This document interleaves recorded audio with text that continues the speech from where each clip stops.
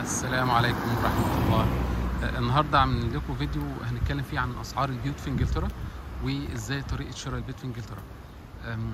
قلت وأنا أتكلم عن أسعار البيوت خلينا نمشي كده في حتة في منطقة من المناطق الجميلة اللي هنا في أطراف مدينة برمنجهام، ونتفرج كده الشكل البيوت عامل إزاي. طبعا المنطقة دي منطقة هادية، منطقة خضراء زي ما انتم شايفين. في أماكن كتيرة زي كده، مش شرط إن كل الأماكن في إنجلترا، عشان لا تتخيل يعني إن كل أماكن إنجلترا هتكون بالمنظر دوت. إحنا ده فيها أنا عندنا مدرسة حاطين علامة ممنوع الوقوف وقت المدرسة، وبيبقوا كاتبين كده. استنى أعدي الناحية التانية في الشارع أحاول أجيب لكم كده إيه نعرف نقرأ اللي مكتوب. زي ما احنا شايفين مثلا كده، دي عمارة اهيت وحواليها البارك، مش البارك سوري، الجاردن بتاعتها. زي ما انتم شايفين المكان عامل ازاي، المكان شكله جميل جدا. دي هنا المدرسة اهي، وبيبقى كاتب على الارض كده ايه سكول كيب كلير، يعني عشان الناس ما تجيش تقف في المنطقة ديت بتاعت دخلة المدرسة. ده مثلا هنا كده شارع سكني، في عمارات جوه، وهتلاقي فيه البيوت زي البيوت. انواع البيوت هنا في انجلترا شقق كالمعتاد اللي احنا متعودين عليها مثلا في مصر، وفي البيوت بقى بيوت، مش شقه في عماره، يعني في شقه في عماره وبعدين في البيوت نفسها بتقسم لكذا نوع. في تورست هاوس، ده اللي هو مثلا بيبقى زي عماره افقيه، زي عماره افقيه، بيبقى الشارع ارتفاعها دورين او ثلاثه، فيها شقق شقق شقق شقق، وكل ايه مجموعه من الشقق كده في المدخل بتاعهم. دي بيسموها التراست هاوس، اكن زي بالظبط عماره افقيه. وفي عندك في حاجه اسمها السيمي ديتاتشد هاوس. السيمي ديتاتشد دوت اللي هو بيبقى البيت من ناحيه فاضي ومن ناحيه تانية لازق ايه في واحد، زي هنفترض ان هو اكنه بيت كبير لكن هو مقسوم من النص كده مرايه. اللي على اليمين ده بيت واللي على الشمال ده بيت، لكن هما الاثنين بعضهم ايه يعتبروا بيت واحد كبير كده يعني. ده بيسموه سيمي ديتاتشد هاوس. وبعد كده في عندك الديتاتشد هاوس، ده اللي هو ايه البيت منفصل وحواليه الحديقه بتاعته والمكان اللي تركن فيه عربيتك وهكذا. ده بيسموه ايه الديتاتشد هاوس، يعني بيت منعزل ومش لازق في اي جيران. طبعا يعني يمكن بالطريقه اللي انا جبتها لكم دي كده، هي دي كده اسعار ترتيب اتصالات الاسعار. كمان الشقق ممكن تكون ارخص حاجه عشان الشقه ملهاش جاردن بتاعتها. ممكن يبقى ليها طبعا في العماره المكان اللي بتركن فيه، سواء في المكان البارك بتاع العماره او في الشارع على حسب ما هو ما يكون يعني. ده ايه اللي هنا ده شكله برضو تجمع سكني برضو كده. ايه ده؟ طب خلينا ما نبص كده، هو احنا بنتفرج وبالمره بنتكلم على البيوت. ده شكله كده مبنى قديم شويه، وتقريبا الحته اللي جوه ديت كده شقق سكنية. وهنا كده المدخل بتاعها. هنا كده بيجيب لك نبذة عن التاريخ بتاع المكان. ده شكله كده مكان أثري قديم، ودلوقتي معمول عمارة يعني زي مكان سكن. أو مثلا ده كده مثلا حاجة زي ما احنا بنتكلم اللي هو ايه التراست هاوس دوت، زي مبنى زي ده كده. مبنى زي ده كده زي تحس انها عماره افقيه كده، وبعدين ادي المدخل بتاعها، وهتلاقي في اكتر من مدخل ليها. ارتفاعها كام دور؟ قد دور 2 3. وهتلاقي بقى طبعا في كل ايه الادوار في الشقق يعني بتاعتها. طبعا مكان جميل جدا، عامل زي كومباوند كده. دي كده البوابه بتاعته اهي ماشي. وهنا كده بقى ايه العماره نفسها، وده الاماكن اللي الناس بيركنوا فيه، يعني الحديقه البسيطه بتاعته. لكن على اي حال هو شكله لذيذ جدا. انا خدت بالي ان فيه يافطه نو اكزيت، يعني تقريبا ده كده المدخل، وهتلاقي فيه واحد زيه الناحيه التانيه. هنا ده كده يمكن بيتكلموا عن تاريخ المبنى. خليني كده اجيب واحده واحده، اللي عايز يوقف الفيديو ويقرا بقى اللي مكتوب، لان ايه مفيش وقت ان انا اقرا ده كله كده. لكن واحده واحده هعدي، ممكن حتى انا بعد كده بقى اقراه. هو تقريبا بيتكلم على تاريخ انشاء المكان وشاف الناس اللي كانوا فيه يعني ده مثلا تخيل الاعلانات اللي بتتعمل عندنا كده في مصر بتاعت الكومباوندز، او ده مثلا كان كده من كام سنه، من 100 سنه ولا حاجه. بس ده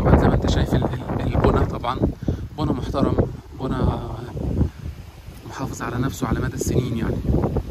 ممكن جوه تحس تدخل من جوه تلاقي الشقق التصميم قديم شويه، بس طبعا متجدده. طبعا الحاجات دي من جوه بتتجدد كل مثلا 20 سنه ولا كل 10 سنين، او كل ما يجي مالك جديد بحيث ان هم يحافظوا، بحيث انها بتبقى تتجدد طبعا. معلش ممكن يكون في هوا في الفيديو وانا بتكلم، لان الجو زي ما انتم شايفين كده هوا شويه، فمعلش اعذروني لو في هوا في الفيديو. ممكن قدام هنا كده يبقى المخرج بتاع الكومباوند اللي احنا دخلنا دوت. مش هو ده مش كومباوند بصراحه، دي عماره كده سكنيه لكن شكلها لذيذ واثري بصراحه يعني. طيب شقق زي كده مثلا، شقه في مكان زي كده ممكن تلاقي شقه مثلا في حدود ايه 300,000 باوند، لا اقل شويه، ممكن تبدا من 200,000 باوند، عشان احنا هنا مش في سيتي سنتر. ممكن تبدا من 200,000 باوند وانت طالع. خلينا اما نمشي برده شويه كده. الاماكن هنا زي ما انتم شايفين دي كده اللي هي تراست هاوس، او زي العماير مثلا عندنا اللي احنا متعودين عليها. زي ما قلنا كل مكان المكان اللي بيركن فيه هتلاقي فيه مكان مخصص لكل واحد يركن العربيه بتاعته تقريبا. ده برضه عندها مبنى شكله احدث شويه، ده المبنى اللي احنا كنا فيه من شويه. شايف طريقه البناء بتاعه نظام اثري، حتى قبه كده في النص بتاع ده برضه شبهه اهوت، لكن دوت ايه حديث شويه، فما فيش التصميم اللي هو القبه اللي في النص ديت زي بتاعت زمان كده. مثلا مكان زي ده كده تلاقي الشقه هنا مثلا ممكن تبدا من 200,000 باوند وانت طالع. البيوت برضه هتلاقي سعرها بيبدا من 200,000 باوند على حسب طبعا، انتوا عارفين يعني كل حاجه على حسب موقعها، هي فين الشقه او البيت مكانه فين، قربه من وسط البلد او بعده عن وسط البلد، قربه من خطوط المواصلات العامه والفاسيلتيز والمحلات والحاجات دي كلها. الحاجات دي كلها زي اي مكان في الدنيا بتتحكم في سعر الحاجه. كل طبعا ما تكون قريب من وسط البلد، كل ما يكون قريب من المحلات، كل ما يكون قريب من الفاسيلتيز، الحاجات دي كلها بتخلي السعر اعلى. كل ما يكون بتبعد في منطقه نائيه اكتر ده بيخلي ان السعر يقل شويه. فده شيء طبيعي احنا كلنا فاهمينه وعارفينه. البيوت بقى ممكن يبدا سعرها مثلا من 250,000 باوند. انا بتكلم طبعا بيختلف من مدينه للتانيه، انا بتكلم على مدينه زي مدينه برمنجهام مثلا. طبعا لو بتتكلم على لندن يبقى اضرب الاسعار ديت ايه في مرتين مثلا وثلاثه واربعه على حسب انت فين في لندن. البيوت بتبدا من 250 بصراحه، عشان اكون برضو يعني عادل. البيت الحلو اللي يتسكن فيه، اللي يتقال ان هو بيت حلو يتسكن فيه، احنا بنتكلم فيه 300,000 باوند وانت طالع. طبعا 300,000 باوند ده اقل حاجه عشان تلاقي بيت محترم، يعني ايه ما يبقاش بقى بيت قديم او متهالك او فيه رطوبه او فطر او الحاجات ديت. فانت عشان برضو يبقى مكانه كويس، علشان يبقى في عنده المكان بتاع البارك بتاعه كويس، الحاجات دي كلها، فانت بتتكلم في حدود ايه 300,000 باوند. طيب ازاي بقى تشتري البيت؟ شراء البيت يعني بنبذه بسيطه كده، مش هو ده الغرض الاساسي بتاع الفيديو.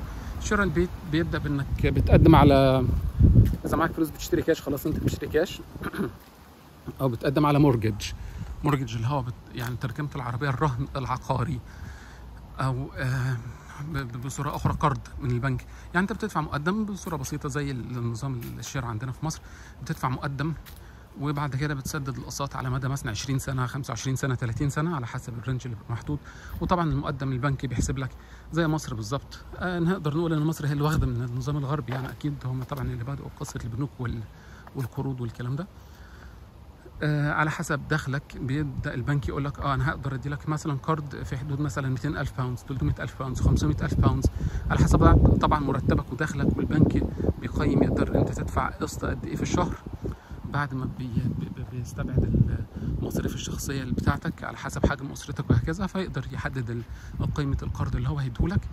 البنك بيدي لك القرض، بتشتري البيت، او مش بيدي لك القرض، البنك بيشتري لك البيت، او انت بتشتري البيت عن طريق البنك. انا ما اعرفش النقطه دي بالظبط لان ما عملتهاش يعني. المهم زي مصر هنقول انك بتشتري البيت عن طريق البنك، بتدفع مقدم. المقدم دوت بيكون في حدود،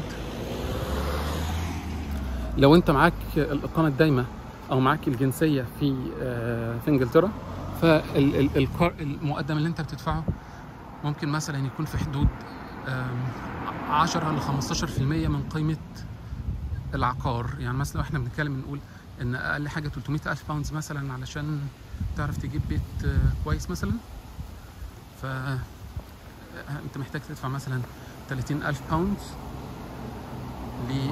كمقدم، والباقي بتدفعه على اقساط شهريه مثلا هتكون في رينج مثلا 1500 على حسب ايه قيمة العقار اللي انت واخده. لو انت مش معاك الإقامة الدايمة أو مش معاك الباسبور أو مش معاك الجنسية، فانت ممكن القرض ساعتها ممكن المقدم ساعتها البنك يطلب منك انك تدفع في حدود 25% من قيمة البيت. يعني مثلا لو البيت ب 300,000 مثلا، فالبنك يطلب منك تدفع كام؟ يطلب منك تدفع في حدود من 70 ل 80 أو 90,000 باوندز مقدم، وبعد كده الباقي هي ممكن تقسطه مع البنك. فطبعا الناس اللي معاها الإقامة الدائمة في إنجلترا أو اللي معاهم الجنسية البريطانية، طبعا ده بيدي ايه امان وضمان للبنك اكتر انك هتدفع الفلوس. احنا دلوقتي هنا يعني اللي احنا بنصوره ده اللي هو السيمي ديتاتشد هاوس. زي ما انتم شايفين كده، هو البيت مبنى كومبلكس، من النص هتلاقي فيه خط اهو اتعمل اكنه مرايه بالظبط، وبيت على اليمين وبيت على الشمال هتلاقيهم دولت مرايه من بعض، البيتين دولت شبه بعض بالظبط. ده بيسميه سيمي ديتاتشد. فمن جنب مثلا على شمال البيت في المكان اللي راكن فيه عربيته، على يمين البيت هتلاقي المكان اللي البيت التاني او الشقه التانيه راكن فيها عربيتها، وهم ايه في بينهم حيطه فاصله في النص. ده سيمي ديتاتشد هاوس. البيت مثلا اللي في الوش ده كده، ده اللي هو ايه، ده سيمي ديتاتشد ولا ده تراست هاوس؟ ده برضو سيمي ديتاتشد هاوس اهوت. انا شايف لا ده كام؟ ده مثلا فيه 3 بيوت. يعني الناس شايفين المبنى اللي قدامنا دوت فيه 3 بيوت، بيت ابيض اهو، وبعدين بيت بني باب ابيض، باب بني في النص، باب بني في الاخر. فانت هتلاقي مثلا اللي عنده الباب الابيض ده عنده مكان يركن عربيته، اللي في النص دوت ممكن يبقى بيركن عربيته قدام بيته كده مباشره، واللي الناحيه الثانيه في الاخر دوت بيركن عربيته بيركنها قدام بيته برضه، مفيش جنبه درايف واي. بس العماره اللي في الشقه اللي في النص دي، يعني على يمينه في جار وعلى شماله في جار، اما الطرفين من ناحيه فاضي ومن ناحيه فاضي ومن ناحيه في الجار اللي في النص. فطبعا هتلاقي الشقه اللي في النص او البيت اللي في النص ده هتلاقي سعره ارخص شويه من البيتين اللي على الاطراف. ليه؟ لان البيت اللي في النص دوت مفيش ناحيه منعزله كده عنه خالص، فده بيعتبر ان هو في النص من الطرفين في جيران، فده هتلاقي سعره ممكن يبقى اقل شويه، مثلا 20 او 30 الف باوند من البيتين اللي موجودين على الاطراف عنده. البيوت اللي هي ديتاتشد اكيد، او اللي هي المنعزله اكيد اللي كلنا عارفين شكلها، يعني زي اي بيت موجود في اي مكان، بيت منفصل ومعزول وحواليه السور بتاعه المحاوط عليه وهكذا. ده كلنا عارفينه ونقدر نتخيله. يبقى احنا شفنا كده في الفيديو النهارده التراست هاوس في العماره اللي دخلناها في الاول، شفنا السيمي ديتاتشد سواء بقى بالنوعين بتوعهم اللي هم زي مثلا زي في الظاهر كده في قدامكم ده، ادي باب اهوت وادي باب اهو، وهم في النص في ايه الحيطه اللي لازقه ما بينهم، فده تعتبر سيمي ديتاتشد. خلينا برضو قبل ما اقفل الفيديو خلينا ندخل المكان ده كده نتفرج شويه. المنطقه هنا منطقه هاديه وجميله، واحنا بنصور فيهم حد، فبرضو ايه الحركه خفيفه، مفيش حركه كتير، لان الناس ايه مريحه النهارده في الويك اندز، اليومين بتوع الويك اندز. زي ما انتم شايفين هو المكان اللي احنا فيه دوت دي ساتون كولدفيلد، دي من الاماكن الراقيه والنظيفه والاماكن السكنيه الحلوه بتاع برمنجهام. شايف البيت يبدو عليه من بره عتيق وقديم ازاي، يعني البيت مثلا معرفش الكاميرا هتقدر تطلع نفس المنظر اللي انا شايفه ولا لا، لكن من بره مثلا احنا بنتكلم على الاقل مثلا 1920 مبني، مثلا 1920 1910 1930، ده انا لو كرمه يعني كده فهتلاقي مثلا لا يقل باي حال من الاحوال عن 100 سنه. شايف ده كده المين انترنس ده بتاع المدخل. بص الناس دي كانت عايشه في المناظر دي وفي الاحياء دي كده، بنتكلم من 1920 في حين الوقت اللي الناس كانت فيه في مصر في 1910 1920 كانت عامله زي ما تبصش على الافلام المصريه القديمه وثوره 19 وتخيل ان القاهره بس هي كانت كل مصر. القاهره كان ليها وضعها، وسط القاهره بالذات يعني كان وضعها الحلو الجميل، لكن لو بصيت على قرى مصر ومدن مصر التانية لا ما كانتش طبعا زي كده، يعني كانت للاسف يعني كانت كلها ارياف بدائيه عشوائيه جدا يعني. اما تخيل هنا الناس دولت، يعني مثلا هتلاقي الميدان اللي في النص ده لا اتخيل باي حال من الاحوال ان هو يكون موجود هنا بعد 1950 مثلا، يعني ده هتلاقيه مبني قبل 1950 1940. تقريبا يعني، نفس تصميم الحدائق. الشوارع هنا في انجلترا يمكن تاخدوا بالكم من الفيديو الشوارع ضيقه، لان هنا البلد قديمه، فالتخطيط طبعا قديم، الشوارع قديمه، هم طبعا محافظين على الوضع بتاع. يعني شايف مثلا في مصر دلوقتي اللي بيهدوا الميادين علشان يسفلتوا الشوارع وعلشان يعملوا كباري والكلام ده. بص هنا الناس دي عايشه ازاي، مثلا كومباوند زي كده، لو تبص على الاعلانات بتاعت الكومباوندز بتاعت مصر اللي هي لفئه معينه من الناس، للاسف يعني لا تتعدى نص من 100 اللي يقدروا يسكنوا في اماكن الكومباوندز بتيجي في اعلانات مصر. تخيل انت هنا، بص ده كده، دي اماكن للناس العاديه، اماكن سكن ناس عاديه خالص، ومش ناس مميزه كمان يعني، دي ناس عاديه خالص جدا ساكنه في اماكن زي كده. الراجل بتاع الدليفري اهو جاي يوصل اكل، بيتصل بالناس اللي يجيب لهم، بيأكد عليهم الطلب ولا بيشوفوا هم موجودين فين ولا كده. طيب اللي وصل لغايه الفيديو، اللي وصل بالفيديو لغايه هنا، انا اشكره جزيلا على المشاهده. اتمنى ان انا كنت قدمت معلومه لحد. اتفرجنا على البلد عامله ازاي، الاماكن الجميله النظيفه الهاديه دي. طبعا احنا في الصيف، فالصيف برضو بيخلي الشكل نفسه حلو جميل.